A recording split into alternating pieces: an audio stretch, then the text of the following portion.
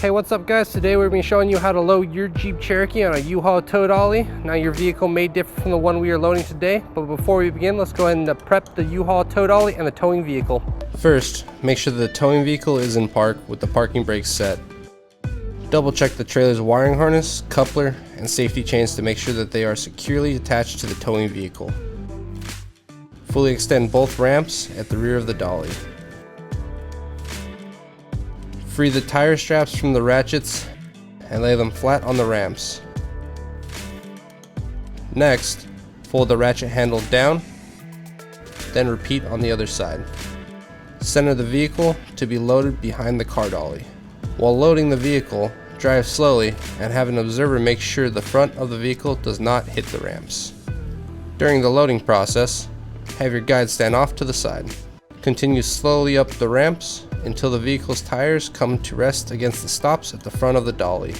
The vehicle should be centered on the platform. If it is off to one side, you will need to offload and reposition.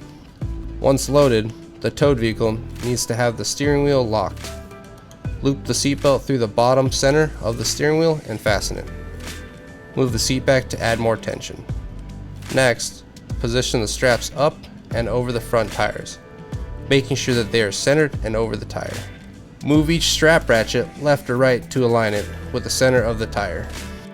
Route the strap through the slot on the ratchet spool, making sure at least 6 inches of the strap passes through the spool. Tighten the ratchet, folding the handle down when done. Then repeat on the other side.